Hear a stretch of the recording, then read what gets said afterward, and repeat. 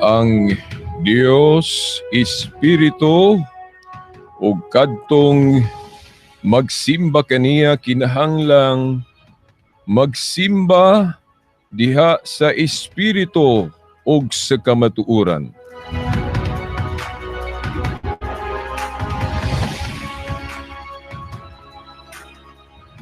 Okay, sige hapon. Ani ang usab ang atong tulumanon nga giuluhan ang kahayag sa pagtuong Katoliko.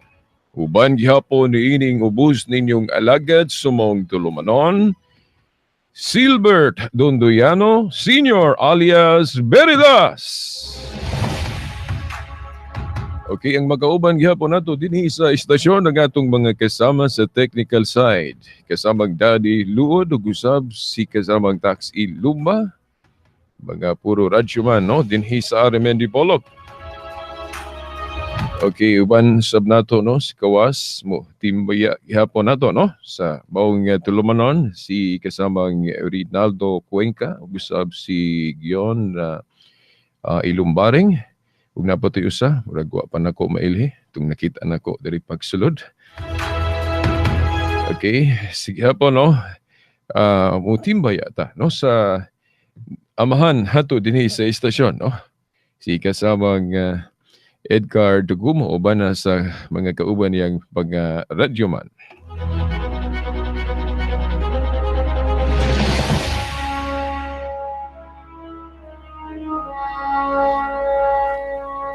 Okay, nga itong pizza karon, pizza 3 sa bulan sa Marso. Ikatulong adlaw, no, sumong bulan. Bulan sa Marso, tuig 2019.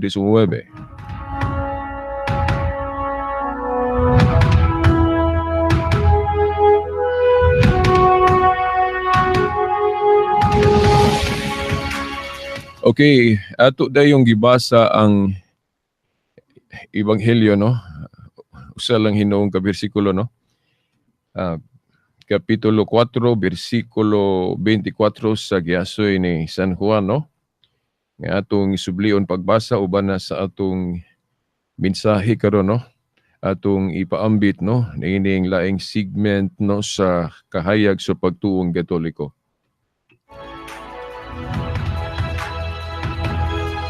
Ang Dios Espiritu o kadtong magsimba kaniya kinahanglan magsimba diha sa Espiritu o sa kamatuoran. Okay, ngano nga ato ning gibasa kay usama ni sa bersikulo o tudling sa Biblia. Ang gigamit sa atong mga igsuon nga kasagaran nila nahimulag na kanato nga mga Katoliko, no? Katoliko sila niadto. Apan karon dili na, nibiya na sila sa atong pagtuo. Og doon na po sila yung mga rason o usa sa ilang rason, ilang justification sa ilang pagbulag, ang gipasabot ko no ni ining bersikulo ha. Ang gipasabot ko no sa maong bersikulo, wala ko no ni puy wala tumana, o wala tuuhi natong mga Katoliko. Nga naman. Kay matud pa, ang Dios Espiritu. O kadtong magsimba kaniya, kinahanglang magsimba diha sa Espiritu o sa kamatuoran. Ang pagsimba kuno sa Dios, simbahon siya sa Espiritu. Kinahanglang magsimba diha sa Espiritu o sa kamatuoran. Niya, unsa man ang Espiritu? Wala man ay material nga butang. Dili man na makita. So, sabton nga kung magsimba, magampo ba sa Dios, wala gyud makita diha sa atubangan. Wala gyud makita. Walay mga larawan, walay mga ribulto. Kay simbahon man siya sa Espiritu, nya kanang Espiritu lagi, wala man ay bahing material. Mauna nga, matud pa nila, ang ayan gyud nga biyaan ang relihiyon o pagtuong Katoliko kay gisupak ang mando nga giasoy diha sa Biblia, no? Ang Dios simbahon diha sa Espiritu. Espiritu siya nga simbahon niya, kana laging Espiritu, wa man ay bahing material, dili man na makita. Unang Timoteo 1:17. No? Ibinagbasahon po tong sa Lucas.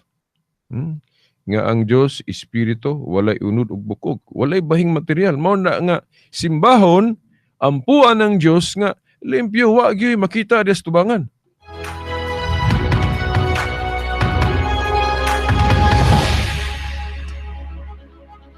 Okay, dirita sa tubag Katoliko, kahayag Katoliko ni ana, no? Unang-una, ang maong bersikulo wala mag-istorya o wala mag-ingon nga kung magsimba sa Dios diya sa Espiritu, wala gyud butang makita diya sa tubangan, di ba? Kung moingon ta nga wala gyud di ay makita nga butang diya sa atubangan kung magsimba sa Dios, ato nang gidugangan ang mensahe sa Biblia na. Kay ang maong bersikulo wala man mag-ingon nga kung magsimba sa Dios diya sa Espiritu, wala gyud mga simbolo o wala gyud mga butang nga makita sa tubangan, ngano man. Ang mga Israelita sa una, magsimba sila sa Diyos. Magampo sila sa Diyos diya sa templo. Wala bagoy makita diya sa tubangan? Okay, research ragod ta. Mag-research ragod ta ang Biblia. No? Kung nagbasa ta sa Biblia, ang templo, pananglit diya sa Ezekiel 41. At tudling 15 hangtod sa 20, ihulagway nga naay larawan o ribulto sa kirubin. No? Ribulto sa kirubin. Sa mga kirubin, anghel, no? Nag-represent o nagsimbolo sa mga anghel. Unya, hulagway pagyod, giklaro pagyod, litra por litra. Basahan ninyo ha, sa inyong Biblia, Ezekiel 41, 15 hangtod sa 20. Ang templo sa Diyos, gihulagway, pinagig pananahon, nga naay ribulto sa anghel o kirubin. Di ba? Unya, unsa may dagway ana, unsa may tsura ana, no? Giklaro po diha nga ang dagway naong gyud sa tao, no? Basahan ra gud ninyo inyong Biblia, Ezekiel 41:15 hangtod sa 20. Nga ang hulagway makita diha ang dagway sa tao, no? Naong gyud sa tao. Namurag yung simbahang Katoliko ba nga na gyud tay dagang makita dihang naong sa tao, sulod di ba? Nga mga simbolo, mga diindayan, no? Ato naman yung gihisgutan, kining mahitungod sa larawan, pero ni specify taron og usa ka bersikulo kay do na poy gahangyo na ko ani. Og nakadungog po ko ani gihisgutan po ni atong sa sangka galis katurungan sa last sa Sunday nga gigamit po ni pag against sa atong mga ribulto larawan. Kining Juan 4:24. Unya, kanang Ezekiel 41:15 hangtod 20 nga paghulagway pinagig pananahon sa templo sa Dios, dili lang gali kay naong tao makita dis tubangan. Naapay dayan nga dagway o ribulto sa leon. Oh, isip di dayan. Kung sa may mensahe anang leon, no? Nakalimot ko. Okay, oh. No. Wala hinoon to gibutang dito aron simbahon ingon nga Dios. Na simbolo lang. Mo bitaw akong giingon si Miyaki nga dili lagi daotan ang larawan o ribulto sa sakto nga gamit. Oh, himuong dayan-dayan, himuong simbolo. Oh, unsa pa? Pagpahinumdom, pagpasidungog sa angay pasidunggan, prasaan ang atong monumento ribulto ni Rizal sa atong plaza. Sa may tumong ana, pagpasidungog niya dili aron simbahon ingon nga Dios, di ba? So di na tinuod. Unya kung mamalandong punta atong sige na natong gibalik-balik nga mga tudlings Biblia katong sa Exodo kapitulo 25 tudling 17 hangtod 22. Di ba si Moses gi sugo sa Dios sa paghimo atong sudlanan sa kasabutan katong Old Ark of the Covenant. Oh, di ba? Unya sa ibabaw atong sudlanan nga giingnan si Moses nga paghimoan ni Moses, no? Katong sudlanan sa kasabutan. Then sa ibabaw himuan buhatan og duha ka ribulto gihapon, ribulto sa anghel o kirubin. Masig kakilid no sa ibabaw no sa maong arka mag-atubang no namang gali koy hulagway ani sa Facebook. Ako ning ipakita nga naay Old Ark of the Covenant then sa taas ibabaw na ay duha ka ribulto sa kirubin nag-atubang inana tuwa dito unya ang mando sa Dios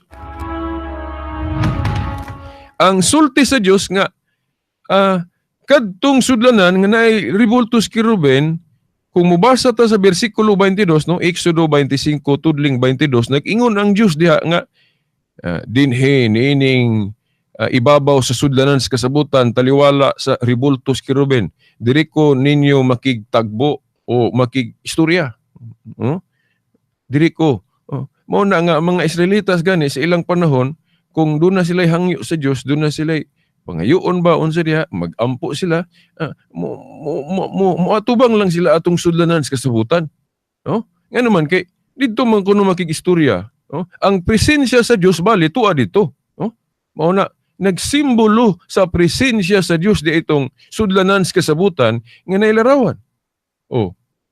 Mao na nga dili tinuod na nga kung magsimba sa Dios sa espiritu wala gyud mga simbolo nga makita di astubangan no. Ang prueba na katong sa Josue city size no. Josue city size nga sariyang si Josue miyukbo atubangan sa sudlanan sa kasabutan nga nahibaw-an naman nato no nga naatoy larawan naatoy ribultos kirubin. Ang uban moingon nga wala man ay ribulto veritas kanang sa Josue city size kanang pagyukbo ni Josue sa Dios wa man ay ribulto giingon diha ang gisulti diha sudlanan lang no wala lang isguti pero ang hulagway ana mahibaw ana to nga naay ribulto kay ang paghimo anang design anang ribulto kung kumplituhon jud paghulagway naa mabasa nato sa Exodo 25 tudling 15 hangtod sa tudling 17 hangtod 22 nausbo na ko Exodo 25 tudling 17 hangtod 22 naa diha gihulagway unsa gyud itsura anang sudlanan sa kasabutan nga sa ibabaw naa nay ribultos kirubin unya kay wala man hisguti veritas kanang ribulto diha kanang diha sa Josue city size ato pa wa gyud ribulto subjective spekulasyon tungod lang kay wala hisguti makaingon na kagwa gyud ribulto des ibabaw pras raguna og kuan kana bang lamisa ba lamisa day na mga butang diha na ibabaw na computer na ay mga papel mga unsa pa nang mga butang nga makita di ibabaw sa lamisa unya gihulagway nag-ingon ang commentator sa dihang nag-comment ang commentator nga naghulagway ani sa iyang kaistorya ba sa telepon pananglit na ingon siya nga Brad no katong kaistorya niya sa telepon now kining naghisgot sila og lamisa ba na unsay kanang maayo nga lamisa kuno kay palit kuno tong iyang higala ba nangutan na unsay maayo nga kanang desk diya sa opisina nag-ingon siya nga kining akong kuan baratuhon ra man ning lamisa kuan then gisulti po og pilay price then ingon din tong iyang kaistorya nga iyang higala diya kaistorya ni telepon ay nana lang siguro akong paliton kato lang wala hisguti ug unsay mga butang sa ibabaw Makaingon ba ka nga tungod kay wala hisguti tong unsa tong mga butang sa ibabaw, wala gyud butang dito sa ibabaw? Kay ang lamisa ra mo igisgutan? Okay. Subjective mo speculate ka nga bing wala, no? Ang pagpiho nga naa gitoy ribulto atong tan-awon ang mga bersikulo nga naghisgot unsa gyud dagway anang sudlanan sa kasabutan. Di ba? Kung atong basahon yun yung Biblia, no? Katong manggaling sudlanan sa kasabutan, ila manggali itong i-posisyon katong sa 2 Samuel 6, di ba? 2 Samuel 6 og Huswi ba to? 6? Katong sa Jericho, katong pagkahugno sa Jericho nga gi-attribute to sa ilang pagprosesyon, tuyok-tuyok atong syulara, di ba? Pasaharo ko ninyo ng Huswi City 6 nga ilang giprosesyon tong sudlanan sa kasabutan nga naay ribulto sa kirubin nga nagsimbolo sa presensya sa Dios, di ba?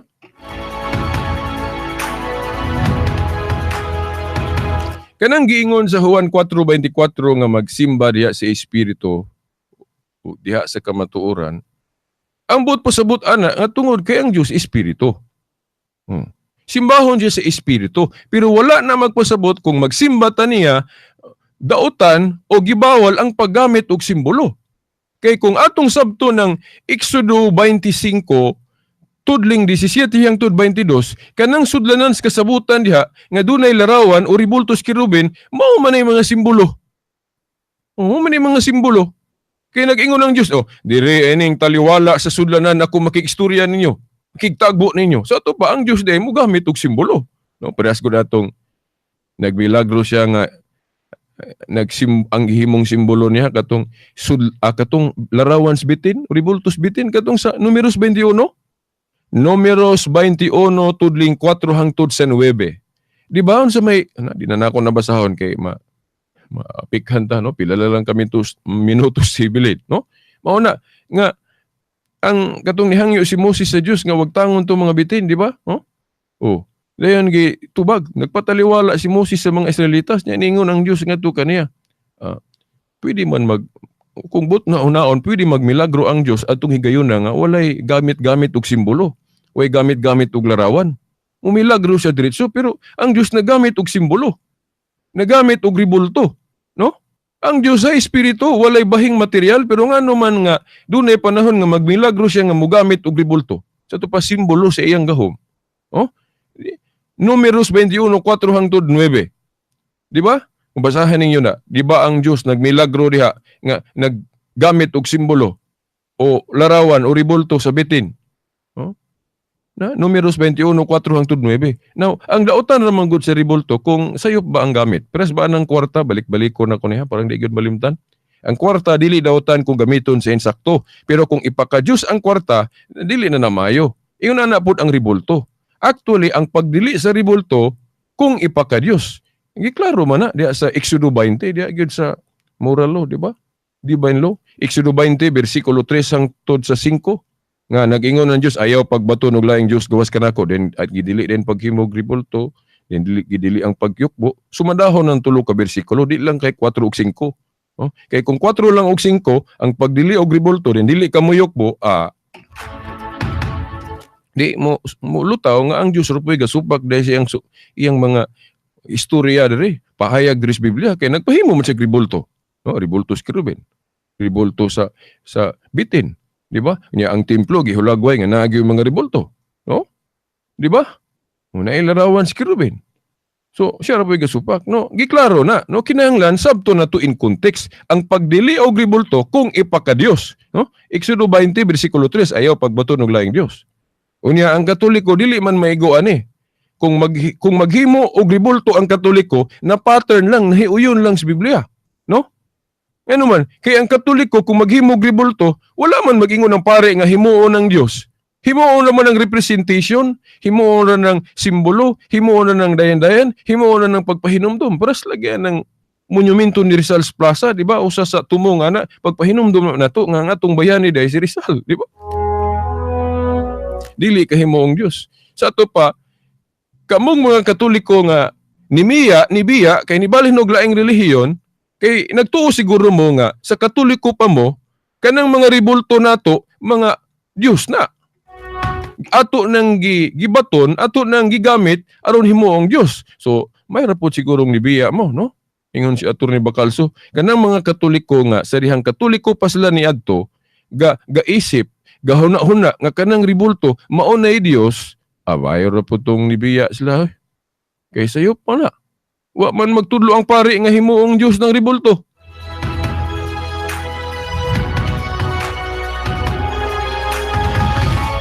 Sa or manggod kan naagali mga magwali gali nga dili gyud tinuod mga false preachers kanang giingon sa Biblia di man gyud unay bitaw nga ingon nga kun ang buta muagak og laing buta pareho silang mahulog sa gahong, di ba? So mao na nga magbantay ta aning mga preacher magtudlo og Biblia. Kay kung dili gani mainsakto na kana ra bang bakak balik-balikon mura ra ba nagtinuod kung walay mo patin-aw walay mo tubag, di ba?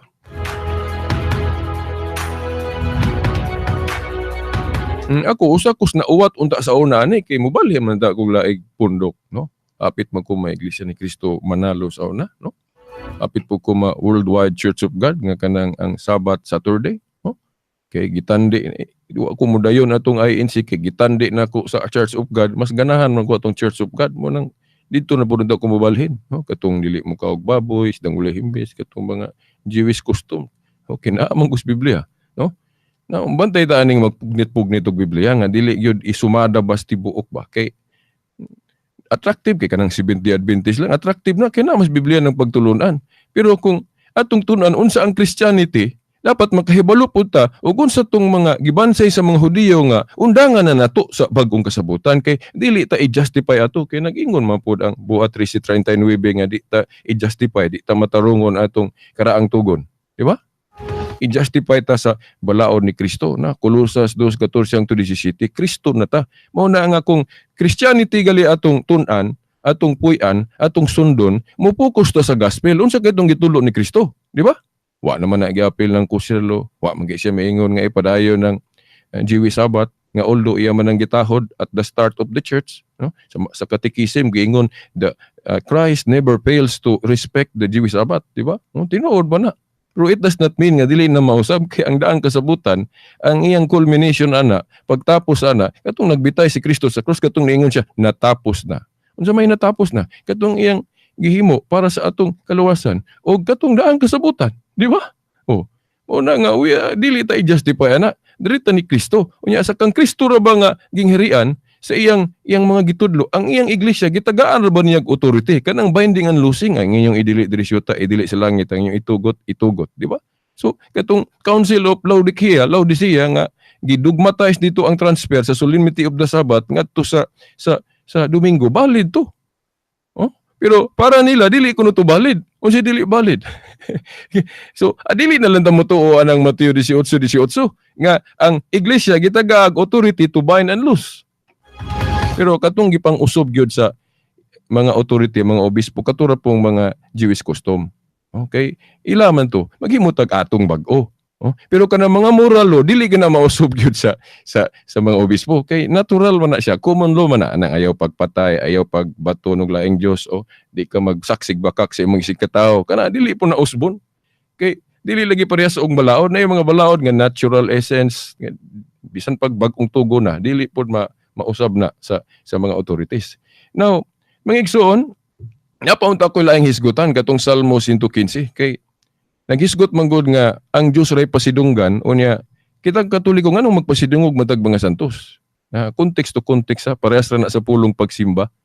Ang pagsimba dili sabton sa tanang higayon nga simba ingon nga Dios. Now, bawal ang pagsimba sa mga santos ingon nga Dios. Pero kanang simba nga pagtahod o dulya sa Tagalog, no? O pag-honor nila no? Na may mabasa sa Biblia nga pasidunggan ng mga santos, no? Juan 12:26. Ipasabot pud sa Lucas 1:52. O sa Panultihon 15:33 giingon og kun buot kang pasidunggan kinahanglan magpaubos ka. So ang mga santos mapayubsanon so pasidunggan, no? Oh. Ang naraman as pagsabot, no, mga igsoon, wa naman ko igong panahon, no?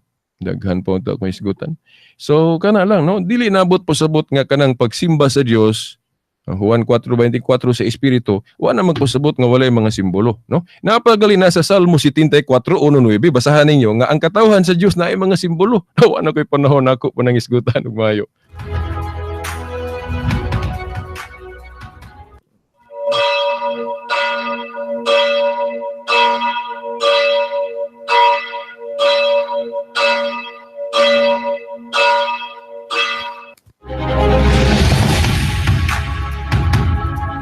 Mga igsoon, sanglit wala man tayo igong panahon, ay mo kalimot, no? Ako naman yung napahibalo pod sa sangka sa miyagi. No? Karong launa kung mutugot ang Diyos nga madayon na ako'y dialogue nga ikauban, one-on-one sa sangka sa katurungan among tema kanang pinadayag uno Diyos.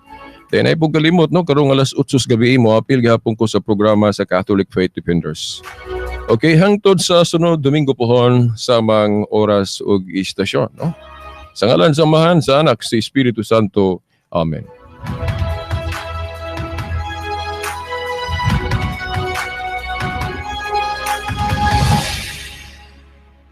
DXVR Tatak RMN. Kung ikaw adunay problema sa mata tungod sa katarata, glaucoma, paghanap sa pananaw tungod sa diabetes, pamulat, psoridium, astigmatism, pagluha, blurred nga pananaw tungod sa sobrang gamit sa computer o tanaw og TV, iBerry mo'y tambal para nimo. Ania si Gina Flores nga naayo sa iBerry. Tungod sa akong problema sa akong mata, nga hindi ako gaano makakita, naga-blurred ang akong pananaw, nagaluha ang akong mata. After using iBerry, may alibyo, nagtinaw ang akong pananaw. Wala nang sing smoke o aso nga ako mabatyagan sa akong mata. Katarata sadto nga damol nagnipis, kag ang pterygium ko nagnipis. Ang iBerry mapalit sa Mercury, Rose Pharmacy o sa inyong mga suking butika. Si Dino, text ko. Wrong send kay Crush! Si Dina! Nag-reply! Punta daw siya! Magaan ang samahan lalo na pag may